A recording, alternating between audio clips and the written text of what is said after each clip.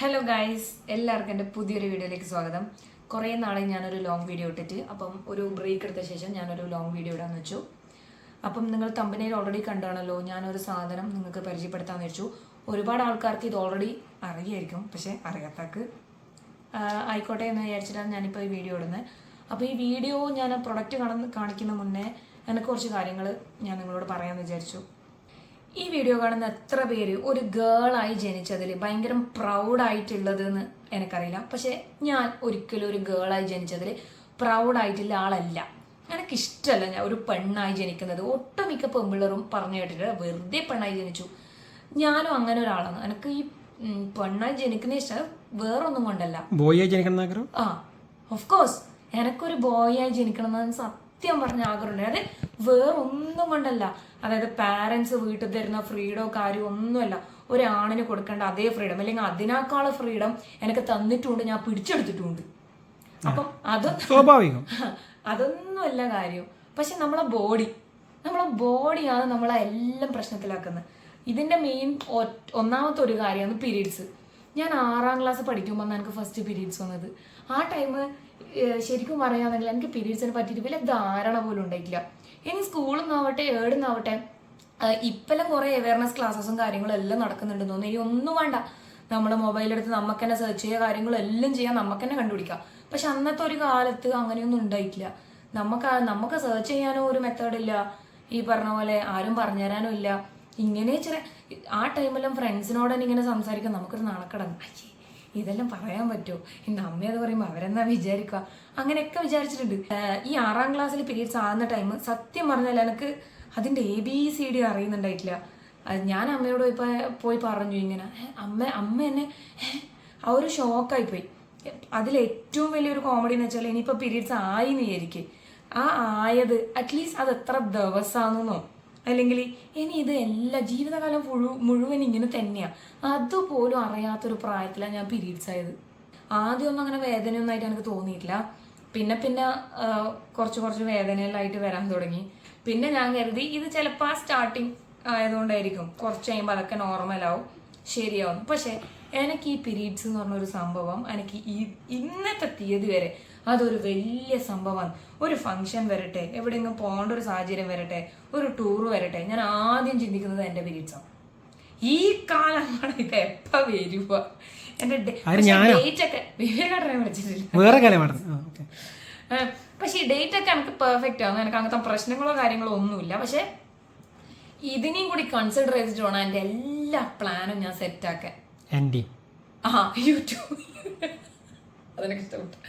അപ്പോൾ എനിക്ക് എൻ്റെ ജീവിതത്തിൽ ഞാൻ വെറുക്കപ്പെട്ട ഒരൊറ്റ കാര്യമാണ് ഈ പീരീഡ്സ്. അതിനിടയിൽ ഒരു പ്രാവശ്യം വിവേകാടൻ തന്നെ എനിക്ക് ഈ ആമസോണിൽ ഈ ഒരു പ്രൊഡക്റ്റ് എനിക്ക് കാണിച്ചു തന്നിന്. അതിനും ഇങ്ങനെ ഒരു സാധനം ഉണ്ട്, വേണോ?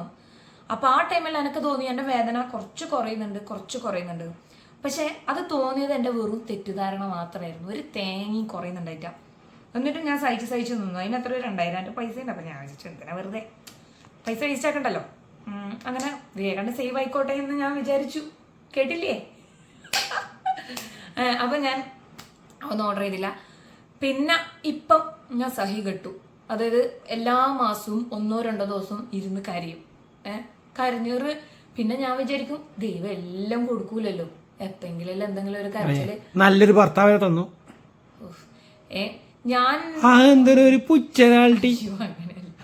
ഞാൻ അങ്ങനെ കുഞ്ഞു കാര്യത്തിനൊന്നും ഭയങ്കര ഡെസ്പാവോ അങ്ങനെയൊന്നും ചെയ്യില്ല. അപ്പം ദൈവത്തിന് തന്നെ എങ്ങനെയെങ്കിലും ഒന്ന് തളർത്തിയിരുത്തണ്ടേ.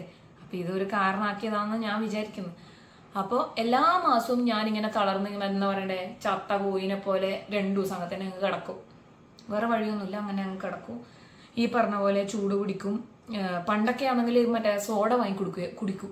സോഡ കുടിക്കും, അതുപോലെ ജീരക വെള്ളം കുടിക്കും, അങ്ങനെ എന്തെങ്കിലും കുടിക്കും. പിന്നെ അതിലൊന്നും വലിയ കാര്യമില്ലാണ്ടായി അൺസൈക്കബിളായി എവിടെയെങ്കിലും പോകാനുണ്ടെങ്കിൽ ഞാൻ ടാബ്ലറ്റ് തന്നെ കഴിക്കും.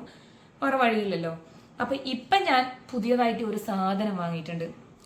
അതാണ് ഈ സാധനം. ഇത് കാണിക്കാനായിരുന്നു ഈ വീഡിയോ എടുത്തത്. കുറച്ച് ലാഗായി പോയി എന്നറിയാം, ബട്ട് സാറില്ല, ഇത് എൻ്റെ ഒരു സ്റ്റോറിയാണ് ഞാനിപ്പോൾ നിങ്ങളോട് ഷെയർ ചെയ്യുന്നത്. നിങ്ങൾക്ക് എത്ര പേർക്ക് ഇതുപോലത്തെ എക്സ്പീരിയൻസോ അല്ലെങ്കിൽ എൻ്റെ പോലത്തെ തോട്ട്സോ ഉണ്ടെങ്കിൽ നിങ്ങൾ എന്തായാലും കമൻറ്റ് ചെയ്യണം. ഇത് പീരീഡ്സിന് വയറിന് ചൂട് പിടിക്കുന്ന ഒരു സാധനമാണ്. Ultra care pro EVA period heating pad and massager. ഇത് ഹീറ്റും ചെയ്യും മസാജും ചെയ്യുന്ന പറയുന്നത്. ഇത് വാങ്ങിയ ശേഷം ചെയ്യോ? You tried? യെസ്. ആ ഓക്കെ. ഇതിപ്പം വാങ്ങിയ ശേഷം ഞാൻ ട്രൈ ചെയ്തിട്ടില്ല സത്യം പറഞ്ഞാൽ. പിന്നെ അപ്പം ഞാൻ നിങ്ങൾക്ക് ഈ പ്രോഡക്റ്റ് ഒന്ന് പരിചയപ്പെടുത്തി തരാം. ഇതാണ് സംഭവം. ഇതിൻ്റെ പേരൊക്കെ ഇവിടെയുണ്ട്. അപ്പം ഇതാണ് പവർ ബട്ടൺ. പവർ ഒന്ന് അമർത്തി പിടിക്കുക. സ്റ്റാർട്ട് ചെയ്ത പാട് ഇതിൽ 83% ചാർജ് ഉണ്ട് എന്നാണ് കാണിക്കുന്നത്. എത്ര ശതമാനം ചാർജ് ഉണ്ടെന്ന് കാണിക്കും. ഓക്കെ.